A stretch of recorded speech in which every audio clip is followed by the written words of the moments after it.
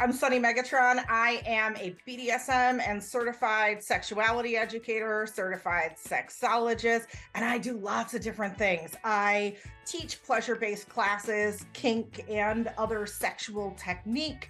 I coach. I do a couple of podcasts about sex. One is American Sex Podcast. The other is Open Deeply. I'm also a TV show creator, writer, producer, host, Sex with Sunny Megatron on Showtime. And my latest venture is I am the editor-in-chief of the brand new kink-focused Zipper magazine. And I'm also writing a book and doing a bunch of other stuff as well. How I got into the topics that I'm teaching in sex ed in general. So I'm teaching media literacy for kink-related topics and kinky folks and marketing to kinky folks as well. And I arrived at geeking out on this subject matter from two very different roads. As y'all know, I'm a BDSM and sexuality educator, but this is my second career. Before that, I worked at one of the big advertising agencies, and that's what my undergrad degree is in, is marketing. So I geek out on the sociology of culture and how it relates to the information that we take in from all sorts of different places. And in my former life, it was marketing and corporate stuff, but I've now applied it to sex ed and learning about this world and analyzing this world, but how those things shape us and what we think and what we feel about the personal things in our lives and how that translates to people's individual experiences, learning styles, etc.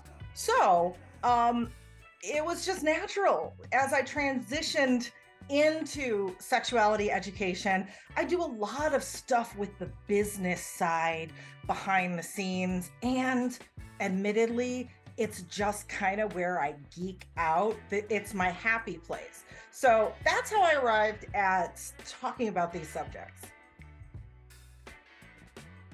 There's a lot I want people to take away from my presentations.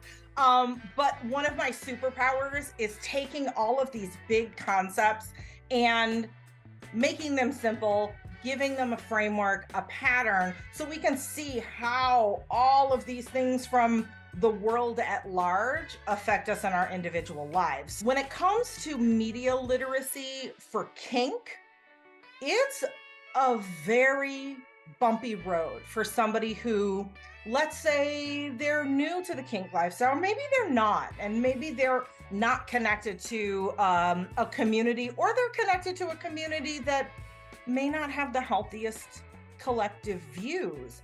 When it comes to navigating the internet for things related to sexuality and especially kink, things are hard to find. There's a lot of misconceptions. There are, even when it comes to the books that we read, the classic how-tos, some of those are wonderful, but they were also written decades ago. So while there's some great nuggets in a lot of the information we have available to us about kink, we need to know what to take and use, what to discard because it doesn't really apply, and also where to find it, because there are little bits and pieces of it in this book and on that website and that podcast, and there's not one good place. So when people go into learning about kink, or they're in the BDSM lifestyle, there isn't really a solid foundation you can find. You have to be very media savvy. You have to be adept at self-learning and evaluating information. And we're not all good at that, and that's okay. So as care professionals, we're biased. We're navigating the same information. But this is also really, really important to know when we're serving our clients, to know exactly what their journey is. We say in educating or any kind of care role, we need to, quote, meet people where they're at. And where they're at is a very complicated space.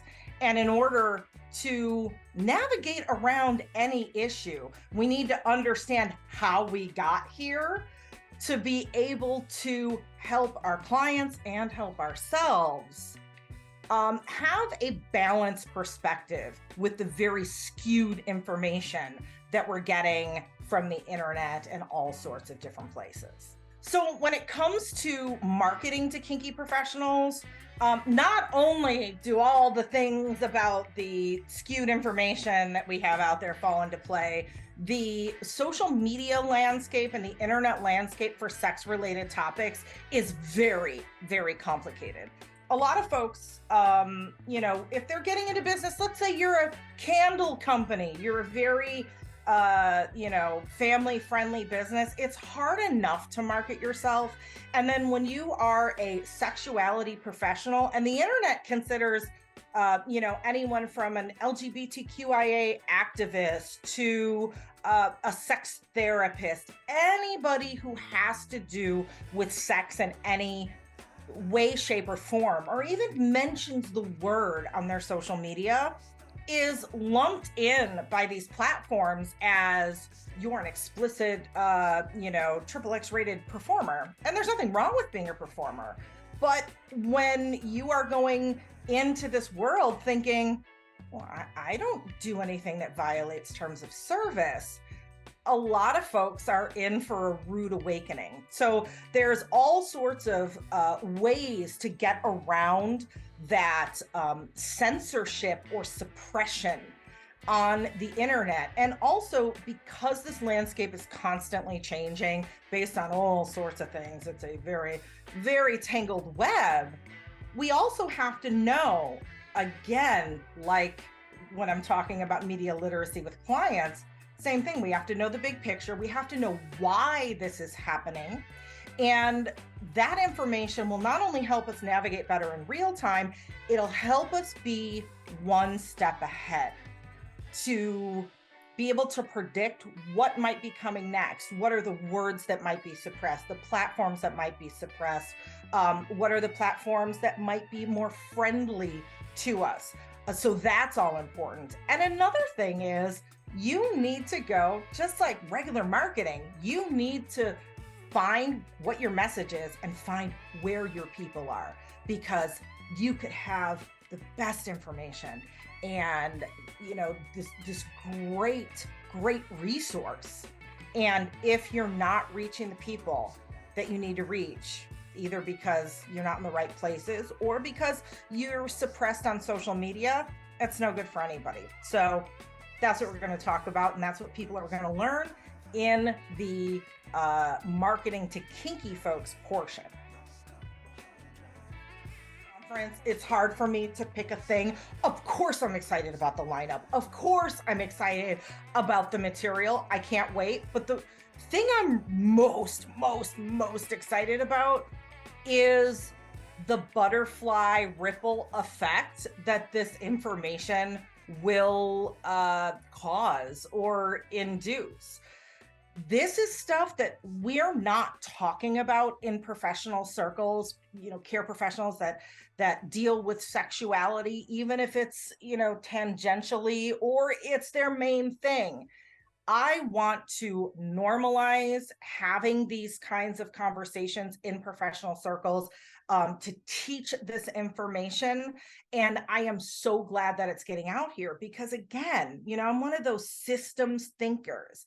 If we understand how the bigger framework works culturally, socially, then we can drill that down to the individual and really serve them, to really, as they say, meet them where they're at and understand how they got there, what things are at play, and not only better serve our clients, because we're human too, also better serve ourselves. So I can't wait for this conference.